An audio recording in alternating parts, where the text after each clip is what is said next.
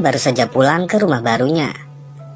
Kemudian saat ia sedang meminum Coca-Cola di dapur, tiba-tiba terdengar suara gebrakan pintu dari arah kamar. Yang mana ternyata itu adalah anak dari suaminya yang bernama Markus. Sejenak Alice terdiam karena ia berpikir harusnya Markus masih belum pulang dari sekolahnya siang ini. Markus berkata kalau dirinya pulang lebih cepat karena ia merasa bosan di sekolah. Lalu Alice pun juga berkata kalau ia hampir saja menelpon polisi karena ia mengira suara tadi adalah suara maling yang masuk ke rumah. Apalagi di rumah ini Alice hanya sendiri tanpa adanya asisten ataupun pembantu. Setelah perbincangan itu, Alice pun mencoba menawari Markus makanan untuk sekedar makan siang. Namun Markus menolak dan tidak mau makan. Hingga Alice pun dibuat kebingungan tentang bagaimana ia harus bersikap kepada anak tirinya ini. Alice pun teringat tentang hobi Markus yang suka membaca buku pengetahuan. Bahkan untuk anak seumurannya, Markus telah membaca buku yang tidak dibaca oleh anak sepantarannya. Hal ini semakin menyulitkan Alice untuk bisa menyesuaikan diri dengan si Markus. Ditambah lagi tiba-tiba Markus menanyakan umur Alice yang membuat Alice semakin kebingungan.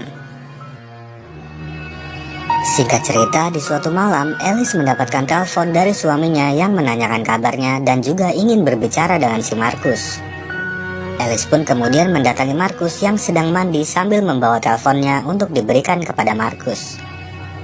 Setelah Markus selesai berbicara dengan ayahnya, ia pun memberikan kembali telepon itu kepada Alice.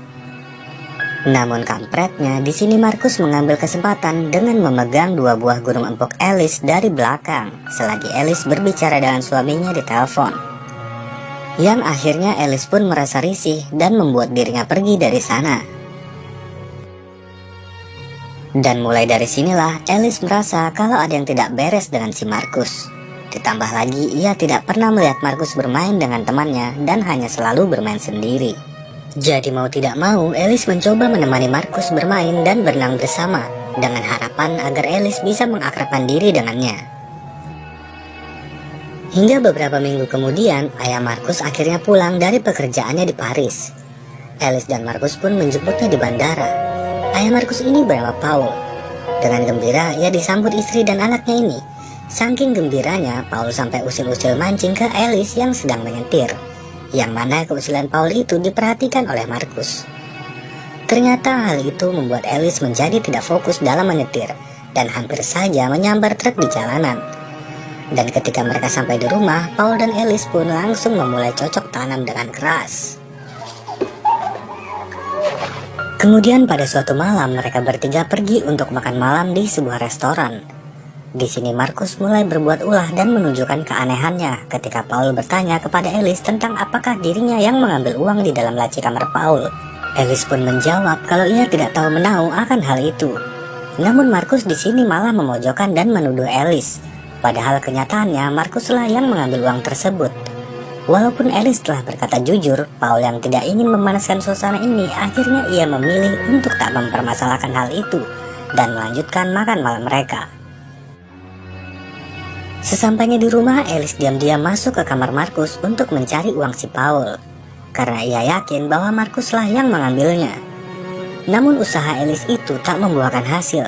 Bukannya menemukan uang, Alice malah menemukan sebuah robekan surat dari sekolahnya si Markus. Yang mana ketika robekan surat itu disusun, ternyata berisi tentang teguran dan panggilan untuk orang tua. Karena penasaran, Alice pun mendatangi sekolah Markus dan bertanya langsung kepada kepala sekolahnya.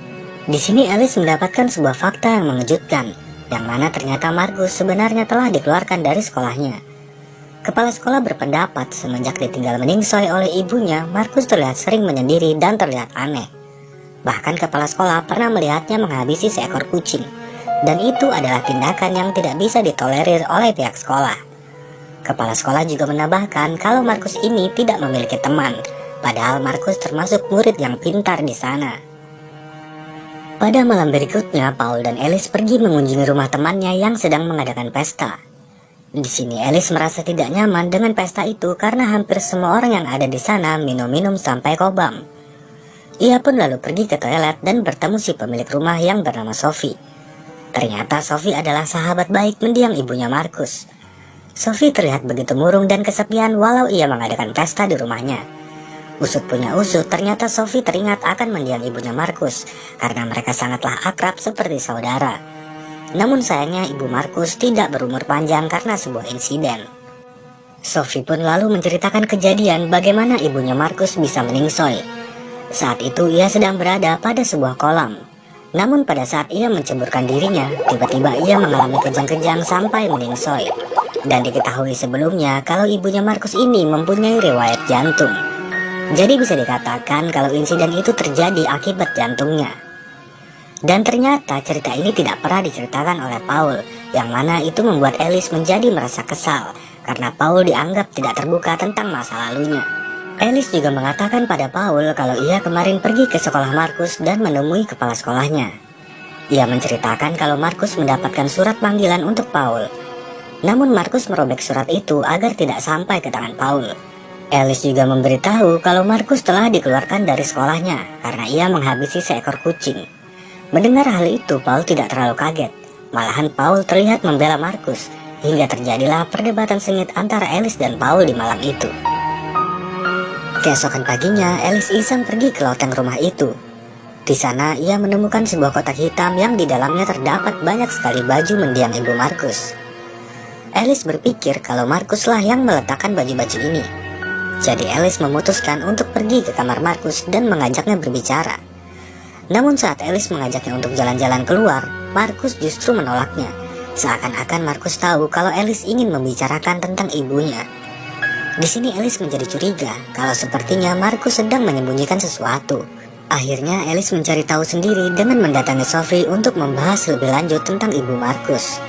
Dan benar saja, ternyata ibu Markus meningsoi bukan karena gangguan jantungnya, melainkan waktu itu Sophie melihat ada sebuah kabel listrik yang sengaja diletakkan di kolam dan membuat air kolam itu mempunyai aliran listrik.